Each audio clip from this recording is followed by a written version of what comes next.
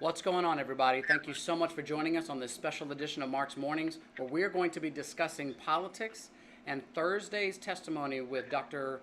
Blasey Ford and Judge Brett Kavanaugh.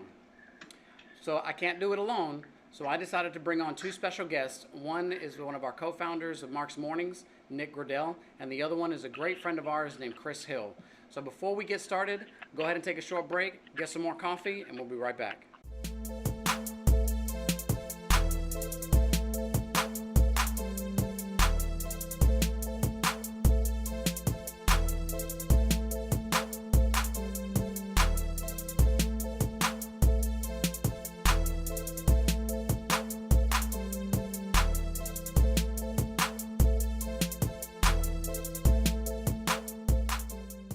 Welcome back, everybody, and thank you again for joining us on this special episode of Mark's Mornings. First, we're going to go ahead and introduce our two guest speakers. We have Nick Gradell from Phoenix, Arizona. Nick, how you doing? I'm doing great this morning, Mark. How are you, sir? I am doing outstanding. Thank you so much. Nick, tell us a little bit about yourself. Well, I've known Mark here for about, say, 8 years now, and my professional, I'm in banking, and I'm father of one, and I'm really looking forward to getting down to in today's topic. Absolutely. Well, thank you so much for joining us today. Our next guest speaker that we have is Mr. Chris Hill from Fresno, California. Chris, how you doing? Good morning, Mark. I'm doing fantastic. How are you, sir? I am outstanding. Thank you so much for joining us today. Chris, can you tell us a little bit about yourself? Well, I live here in Fresno, California. I work at an animal hospital, and I rescue a lot of animals. And last time I saw you guys was our deployment together in Afghanistan in 2011. Nice. Well, Chris, thank you so much for joining us today. So what we are going to be talking about today, guys, is Thursday's interviews with Judge Brett Kavanaugh and Dr. Blasey Ford. So overall, what did you guys think about this situation before it even started? Chris, go ahead and say yours first. Well, there's a few things we could get into about that. One, there's a hearing with no evidence. Two, they were screaming about an FBI investigation. How come that wasn't done beforehand, before the hearing was going on? So I'm just kind of confused why this even happened. And then just the testimonies were kind of going back and forth on both sides. Okay. So did you have any preconceived conclusions before the hearing even started? Yeah, they should have had an investigation go before it started. Diane Feinstein, withheld evidence for 20 days. They already had a lawyer for Dr. Ford. Before they even had an investigation going. They don't need the FBI to do an investigation. They could have had the consul do it. That's what their job is to do. I'm not understanding why they even had this hearing in the first place. Okay. Nick, what about you? What is your opinion? Well, the hearing was in place, obviously, for any confirmation of any Supreme Court justice candidate. Now, the Blasey Ford testimonial hearing, that was called for because of an 11th hour Hail Mary launched by the Democrats in the form of the letter that Senator Feinstein received back in July and then held in her pocket until the time was right to use it and weaponize it. And I think that's what we're seeing with this testimony, Mark, is the Democrats using their last resort weapon in order to delay this hearing so that they simply can benefit from it in a political stance. So, but would that negate Dr. Ford's allegations? Or would that just be piss poor planning by the Democratic Party? It's not that it negates her testimony or negates her experience. The question is not, did she experience anything? The question is, at this moment, why is it being brought forth at this time frame? Now, the question that you're asking, did she actually go through anything? Do I believe her? Is her story credible? That just kind of goes back to what Chris said earlier, that there's no real tangible evidence, and that we have to take her on her word for it. So, am I inclined to believe her? I suppose, but at the same time, it's not enough to convict a man and take away his freedom. Okay. Well, we're going to go ahead and start with our questions. My role is to play the mediator. I am not going to be voicing my personal opinions. However, I did do something that was very special. I asked our viewers, some of our viewers, their personal questions that they would like for us to discuss today on Mark's Mornings. It was a mixture of men and women, and so I wanted to make sure that both sides of the spectrum had a chance to ask as well. We're going to go ahead and start with the first question. Chris, I would like for you to answer first, and then we'll go ahead and go into with Nick's answer.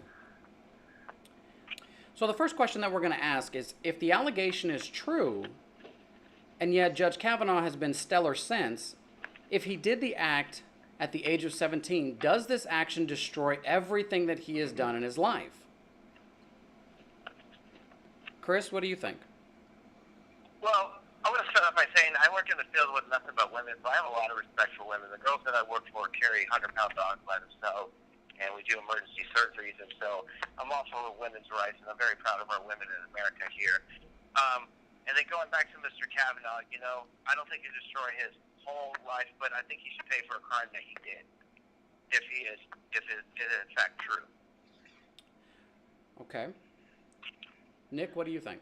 Well, I agree with Chris in the sense that, I also respect women. I'm really very grateful for all the contributions that women make to our society. But the question you posed was an if. So we don't have any actual evidence that Judge Kavanaugh actually did do this other than the allegation. But if he was to be proven, then I would switch my opinion automatically. And he would not be allowed on the bench. I would not want him serving on our Supreme Court because that's not the kind of man we want on our Supreme Court. So if there was evidence, I would say absolutely. Trump would have to take the nomination back, and they would kick Kavanaugh to the curb. Okay. So the USA Today posted an article questioning, should Judge Kavanaugh continue to coach girls basketball based on these allegations? Do you think that's fair to him that they have done this? Or do you feel that it's fair for the allegations that he be pulled back from being able to do these other things until the investigation is over? Chris? Well, it goes back to our Constitution. You're innocent until proven guilty, and what the Democrats here have pretty much said that you're guilty until proven innocent with this hearing. So, no, I don't believe so. I think he should be continuing to be allowed to do what he was doing until proven guilty. Okay. Nick? I couldn't agree more with Chris. Judge Kavanaugh should not have to curtail his life because a woman came out with some shaky allegations. And just because the Democrats believe them to be true doesn't mean that they are true. And we cannot condemn an innocent man until we have proper evidence. And I don't think we're ever going to see that evidence, Mark. So by all means, Judge Kavanaugh, continue on with impacting young children's lives. Okay. According to the Diagnostic and Statistical Manual of Mental Disorders, 5th edition, that's DSM-5 of the American Psychiatric Association, it states that the following criteria applies to adults, adolescents, and children older than 6 years old. For children 6 years and younger, see corresponding criteria below. These are the criterias, or one of the criterias, let me just put it this way, for the evidence of having this type of diagnosis. The exposure, and this is section A, exposure to actual or threatened death, serious injury, or sexual violence in one or more of the following ways. There's 4 criteria here. Directly experiencing the traumatic event. 2, witnessing in person the events as it occurs to others.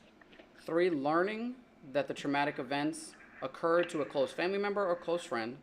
In cases of actual or threatened death of a family member or friend, the events must have been violent or accidental. And 4, experiencing repeated or extreme exposure to aversive details of the traumatic events. Now, let's go down a little bit. Section B says, the presence of one or more of the following intrusion symptoms associated with the traumatic event, beginning after the traumatic events occurred. Number 1, reoccurrent, involuntary, and intrusive, distressing memories of the traumatic events. Note, in children under the older than 6 years, repetitive play may occur in which themes and aspects of the traumatic events are expressed. Number 2, recurrent distressing dreams in which the content and or effect of the dreams are related to the traumatic events. And 3, what is this?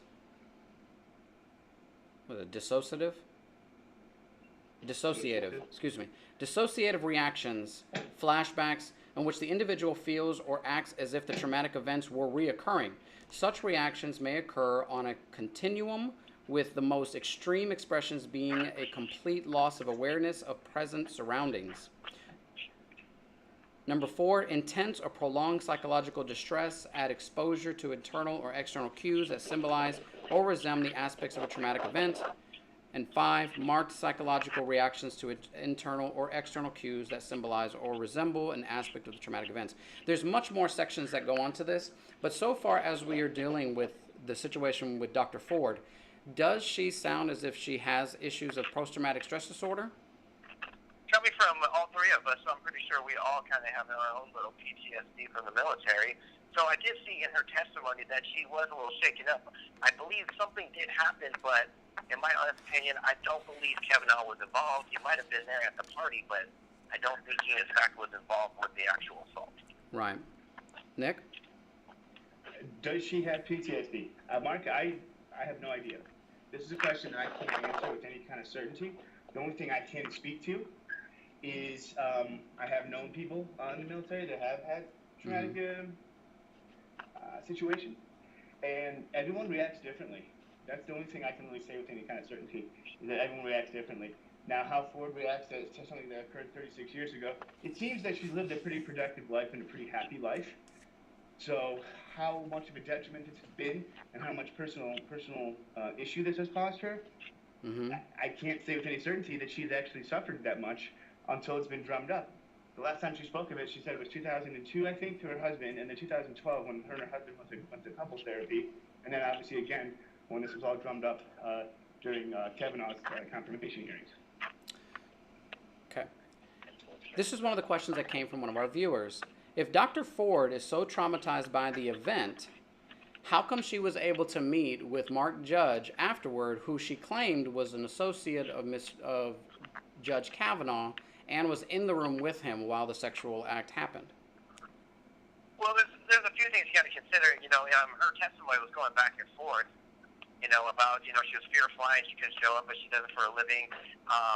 Also, that she said that the screams was the most thing that she remembers the most, and the laughing, from Mark. So I'm not understanding why she was able to go over there and be comfortable with sitting next to him and talking to him if she heard Mark laughing in her testimony, and that's what scared her the most. That's what she remembers the most. Mm-hmm.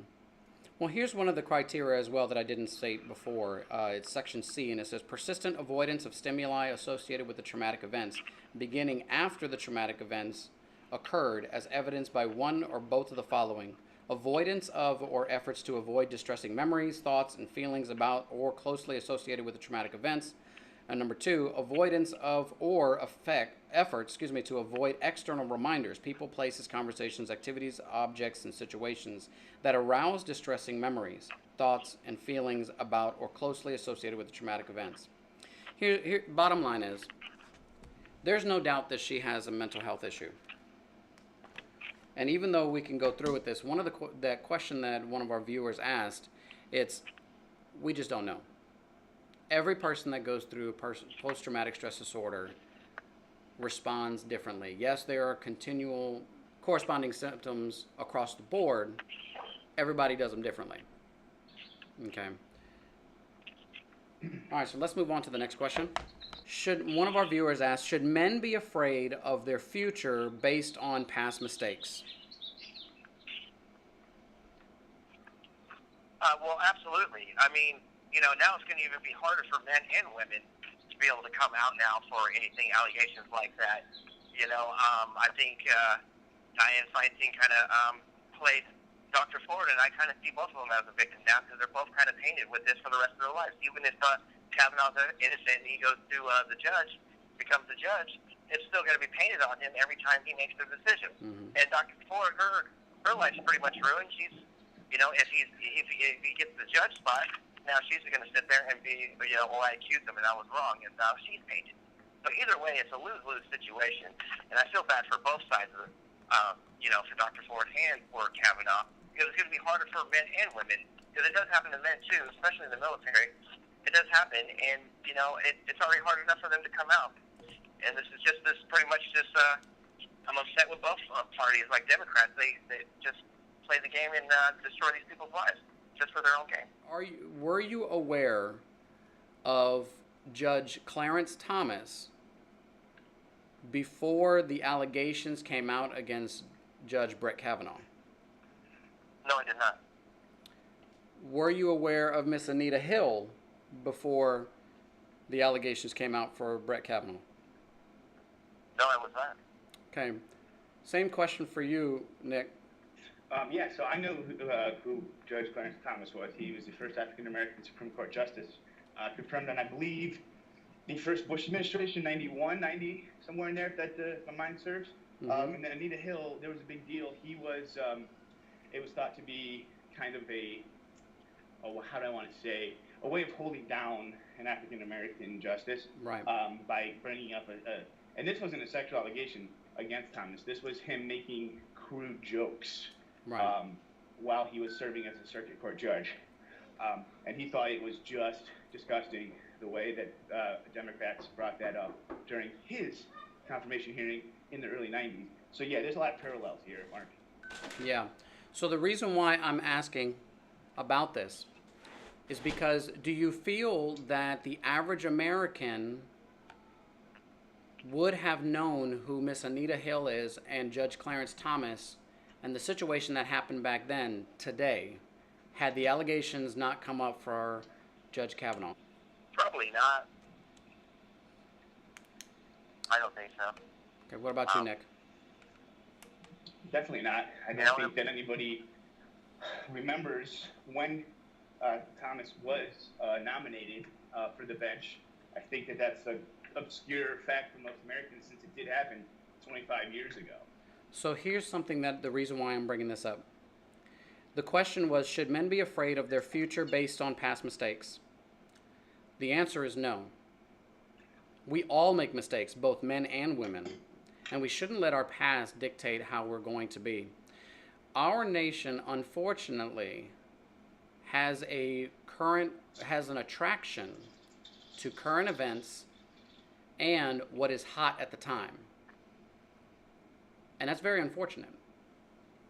The reason being is because we have been so focused on the scandals of right now. 30 years from now, is somebody really going to remember this? And if so, how do we address it so that future generations don't keep repeating the same negative behavior? Chris? Well, I'm a firm believer of a man is not judged by how much power he has, he's judged by how he uses it. It goes back to your moral values for each one of these individuals, and I just think it kind of screwed over both candidates here, Dr. Ford and Kavanaugh, and I don't really think it's fair for either one of them. This whole allegation, it's just funny how the Democrats always pull up sexual assault every time some political position comes to opening, just so they can have their delay and hopefully they can get their spot in the seat. I don't think they really wanted to care about Dr. Ford. I think they were just mostly there for the political gain. They're just waiting for midterms in November, and I just don't think it's fair for Dr. Ford. I really feel bad for Dr. Ford. Now, I don't believe Dr. Ford's allegations, but I feel bad for him. You said you do believe her allegations, but what now? I said I don't believe her allegations, but I feel bad for her, how she got played here. That she was made to look stupid, and now she's going to be forever painted like that. Yeah. Well, a lot of people do believe her.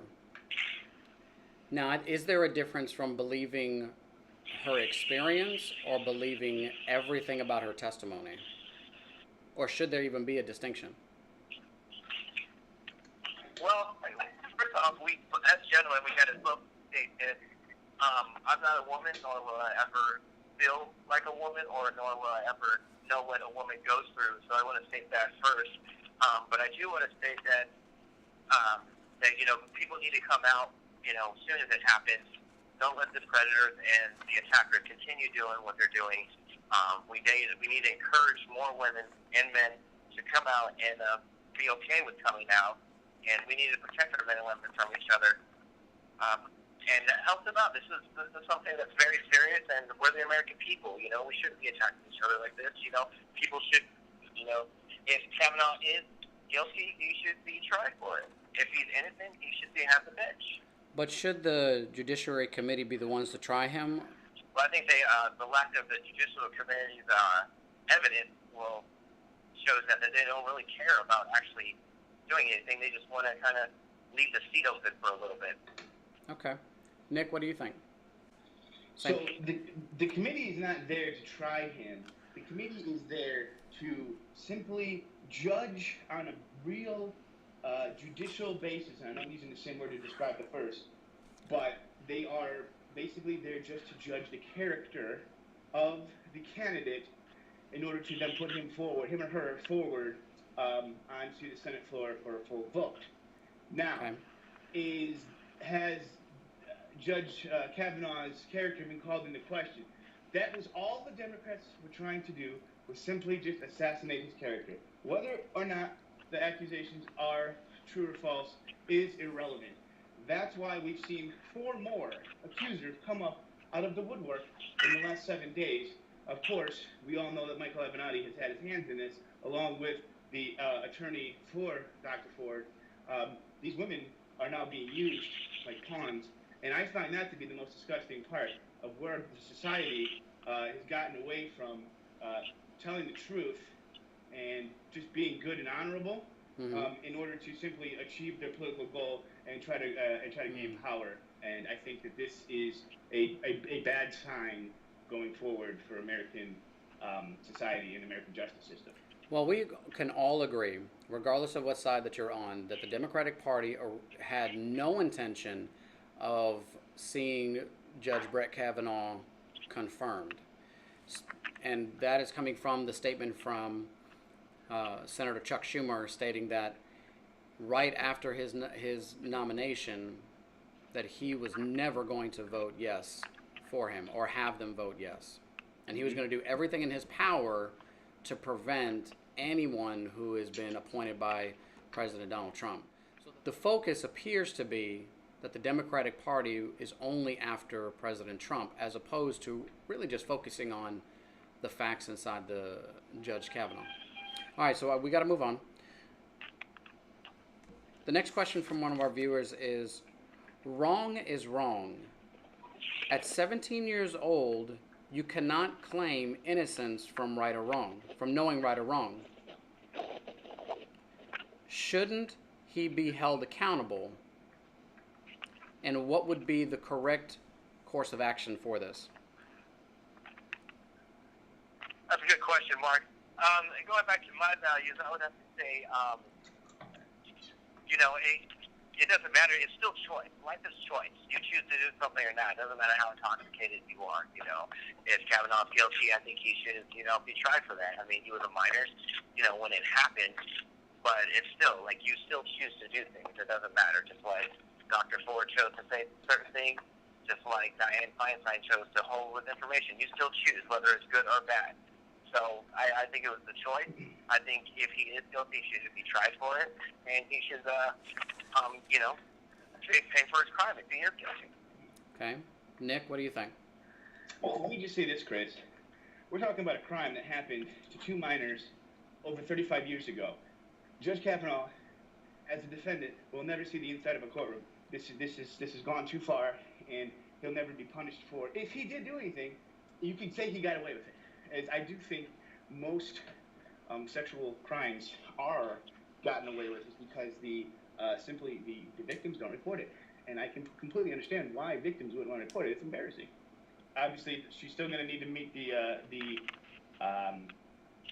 amount of evidence required, which in criminal, this would be a criminal case, correct? Mm-hmm. Yes. This would be beyond a reasonable doubt. So there can't be any doubt in your mind that this happened. Do I feel that has been satisfied? No. I do not feel like there is reasonable doubt that Kavanaugh didn't do it because of the simple fact that there's no real evidence other than her own testimony. So do I think that she is credible? Yeah, I think she's credible. I think she really does believe something occurred. And is this something that Mark Kavanaugh should pay for the rest of his life? I don't know that he actually did it, but as a young men do make mistakes. Yeah. And this is why we have juvenile court. Now, here's the other part about it, Mark, is that bringing a case that occurred during juvenile, when they were both juveniles, would this also be tried as adults in an adult court? Are we kind of overlapping a juvenile court with our conventional superior court for adults? How do they get tried? Yeah, it's Typically, depending on the seriousness of the event. Juvenile records get sealed so that the people that have committed crimes as juveniles, that doesn't follow them for the rest of their lives and ruin their lives for a mistake that they made when they were an adolescent. Well, that goes We're not treating this as if he was 31 years old and committed this crime with a fully functioning brain, a fully developed brain. Teenagers, pardon my French, but teenagers are dumb. And they make all kinds of stupid decisions. That's why we don't keep their records and hold it against them as adults. They're sealed after they turn 18. Now, this is something that I want to ask both of you. Based on the information available now, do you believe Dr. Ford's testimony? Personally, I do not. I do not believe her testimony. Like I said before, I think something did happen, but I don't think she knows the whole story. She doesn't really remember. She's kind of. It looked like when she was saying her testimony, it was already pre-written like a play. Like she had a Democratic paper right there, like they wrote it for her to say this. No, I don't believe her testimony. I'm sorry. Okay. What about you, Nick? Same thing here. I'm on the same page with Chris here. I don't believe the testimony to be credible in this particular circumstance because I think something did happen. But once again, like Chris said, what happened? What's the evidence? Right. And I'm not ready to pull the rug out from under Judge Kavanaugh's nomination because of this allegation with no evidence. I think this would set a bad precedent in the American justice system as well. That if a simple allegation is taken as proof, this could totally change the way we do business here in the United States. Oh, absolutely. And the way that men treat women. Yes. I think the unfortunate thing is how Dr. Ford's testimony was not held to the standard that they were supposed to, which is restricted reporting. Technically, from what we understand, is her desire to remain confidential, and yet it was leaked out to the media. Regardless of whoever did it, her desire was for it to remain confidential and for something to be done. Now, I want to ask both of you this. Based Mark, real quick, I just want to state real fast that I'm just not comfortable with sending a man with a serious crime allegations to jail without any evidence. I'm not on either side. I just want what's fair and what we should follow our Constitution. So I'm just not comfortable sending a man to jail like that, especially a man that's been doing good in our community, to jail with no evidence. That's just not fair to anybody. That's not what our Constitution is. I agree. Okay, so I want to recount a situation that happened to a gentleman named Mark Denny, who was sentenced to 3 decades behind bars for rape and robbery that he did not commit. What impact can this have on the situation with Dr. Ford? Well, like I said before, Mark, it's the poor lady. Now she's going to be forever scarred from this. How is she going to go back and practice? People are going to judge her. I mean, the lady got death threats because of this and everything like that. And I don't agree with that. I'm for Kavanaugh, but I don't agree with people giving her death threats because she's coming out with an accusation. I want more women to come out with an accusations, if it does happen. There's good men out there. We do care for our ladies. Like I said before, I work with nothing but ladies at the vet hospital, and I have respect for ladies. We want them to come out more, and I don't think it's fair for Dr. Ford. Okay. So let me ask you this.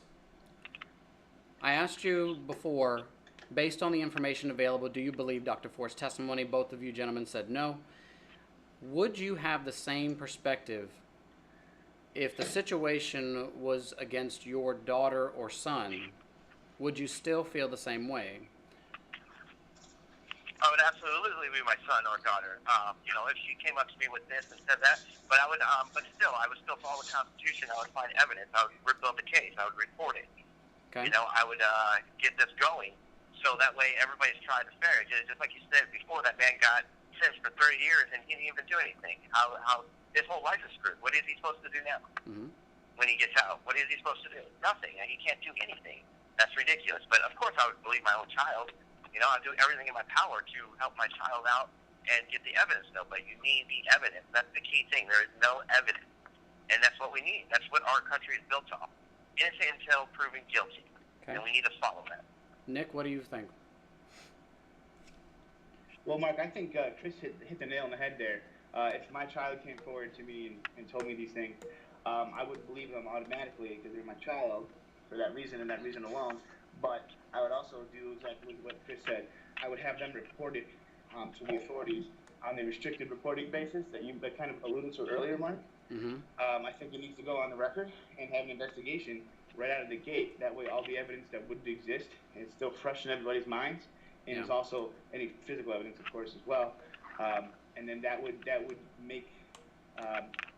allow us to determine the truth as long as we reported it and we didn't hide it for several decades before bringing it up. Okay. Now, what if the situation happened, and we're strictly doing a what if, okay? Obviously, it has not happened to any of your children or my own children, thank God. However, we need to put it in the same perspective of how viewers and American citizens are viewing this situation.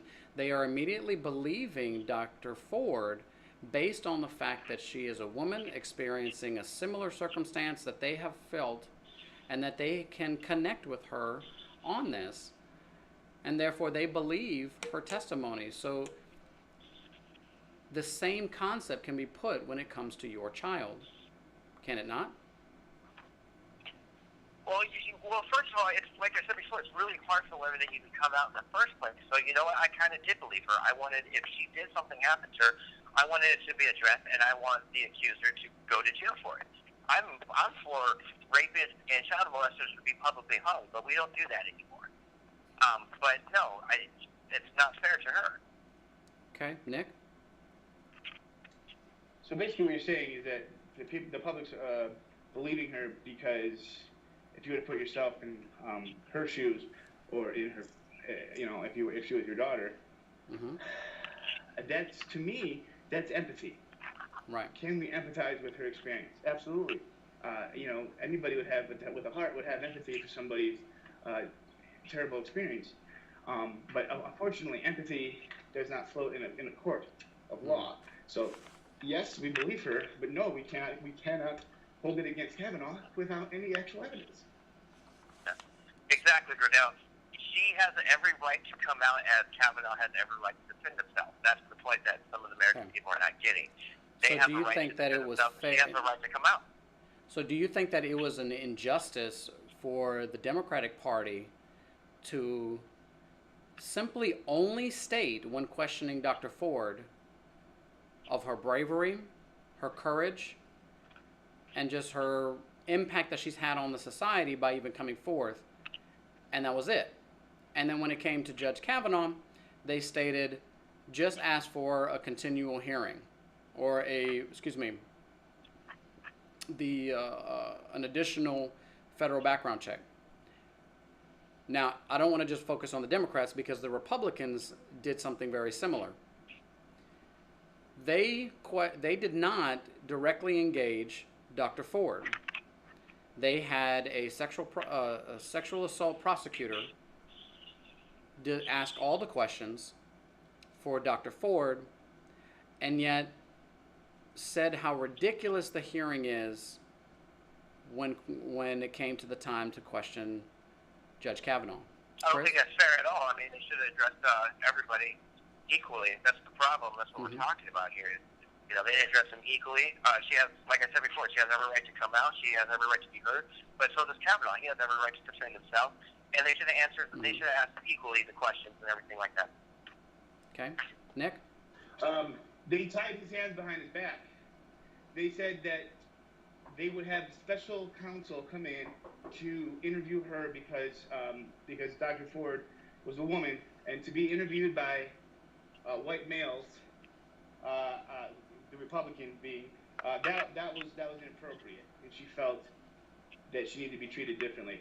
So basically, what they're saying is that the accuser needs to be believed, the accuser needs to have special treatment, and then we have to automatically assume that the accused is guilty. And then when Judge Kavanaugh was interviewed, he did give his testimony. I thought he was very honest in his testimony, and I really appreciated him going out of his way for that. So in this circumstance, I don't think there's any way forward other than to simply take the evidence at face value, and the FBI is going to probably turn up nothing in this investigation that's coming up next week. Okay. All right. Well, I'm going to Well, go ahead honestly, and... if both of them had, this is what's kind of fishy on both sides. If both of them really wanted, if she was really, really assaulted and everything, they would have brought more evidence. And if Kavanaugh was really innocent, he would have wanted an FBI investigation before it happened. So it kind of goes back and forth for me. Like, why wasn't this stuff done before they had the hearing? Is my question. Yes. All right, I'm going to stop it right here. I'm going to go ahead and skip to our last question here. I do apologize for those of you who submitted more questions. We do not have any more time for all of them. However, on the video on the bottom, go ahead and drop your questions down there, and we will answer them as best as we can. So thank you guys so much for contributing to this conversation. Our last question is, what are your thoughts about Dr. Ford not naming Judge Kavanaugh in therapy? Well, going back to the Democratic, this is their whole political game right here. Like I said, when she was doing her testimony, it looked like it was already pre-written play that she just had to follow. If she didn't bring up Kavanaugh in the therapy session, why is she bringing him up here now? She was stating that she just kept hearing the laughing. Why wasn't that stated in there? Okay. And the last the caveat to this is similar, but yet it's from the other side. What about Mark Judge reporting that he can't remember the situation as opposed to this situation definitely not happening? Well, Mark, honestly, it was 36 years ago. Especially if some drinking was going on, I don't think you're going to remember every single detail or what happened. If he states that he doesn't remember what's going on, I'm pretty sure something didn't happen, because I don't care who you are, that's going to be embedded into your brain, period. Whether you're assaulted or you're a part of that, you're always going to remember that. Okay. That's just human nature.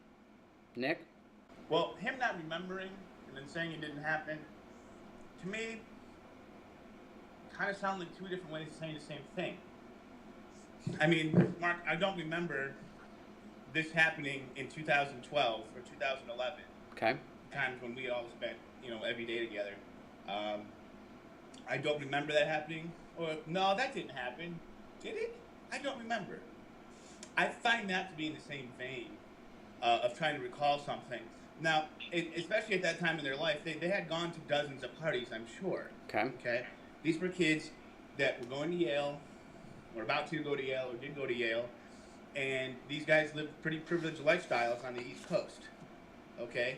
And I don't think that one party in particular would have stood out to them any more than another, especially given their lifestyle. So, is it possible that he doesn't remember? Absolutely. Is it possible that it didn't happen? Absolutely. Is it possible it did happen? Yeah, absolutely. This is like asking, were you abducted by aliens and do you remember it? Is it possible that you were? Well, maybe. Is it possible you weren't? That's also possibly true. Although there's endless possibilities, and I think that the Democrats are doing, excuse me, are simply mincing words at this point. Well, he changed what he said. He said it did happen. Now it didn't happen. Now he's saying that he doesn't remember it happening. So where's the disconnect there? I think right now we're just playing word salad. Yeah.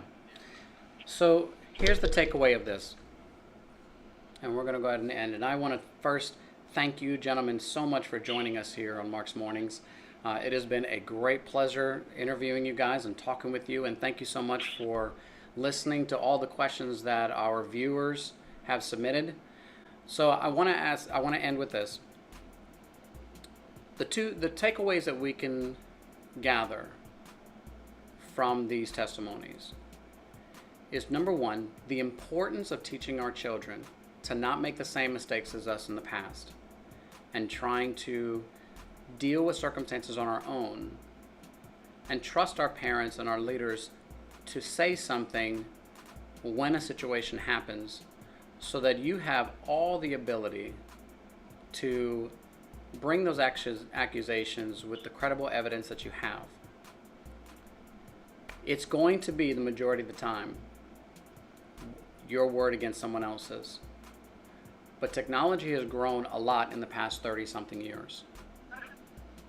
There's different tests that we can do to help victims be able to prove their cases. So it's not just a word against somebody else's. I think it's our job as parents and as leaders to be there to support, encourage, and uplift victims of sexual assault and all other types of victims. However, we need to make sure that we remind everyone that you are innocent until proven guilty. Even though the word proven guilty doesn't mean that you're not guilty, you have to have evidence and proof. You have to.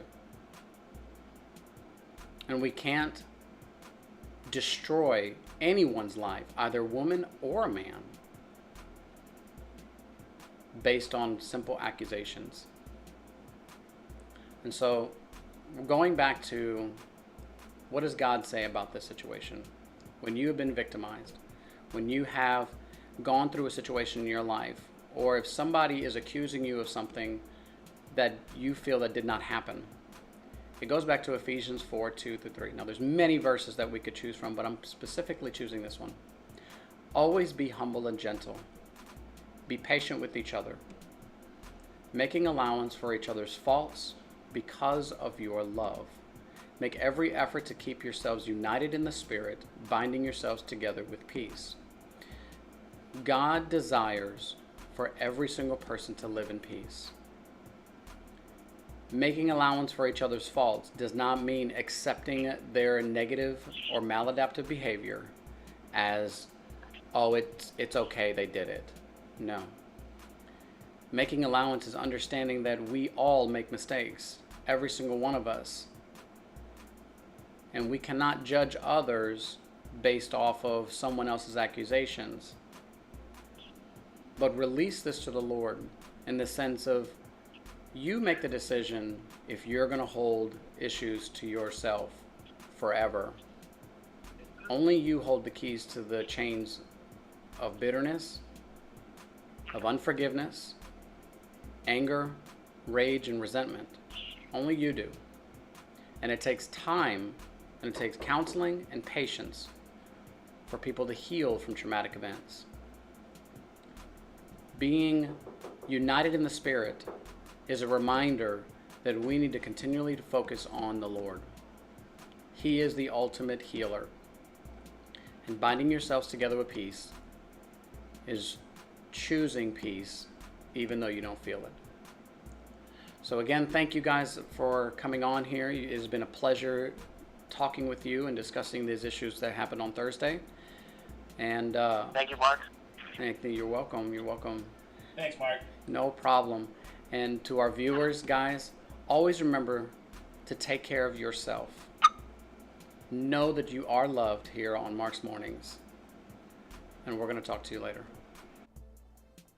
If you're a fan of this channel and would like for me to come down to your church or organization, follow the link right here. Click on the contact and fill out the form on below with the date that you would like for me to come down. Guys, thank you so much. Take care of yourself. Know that you're loved, and we'll talk to you later.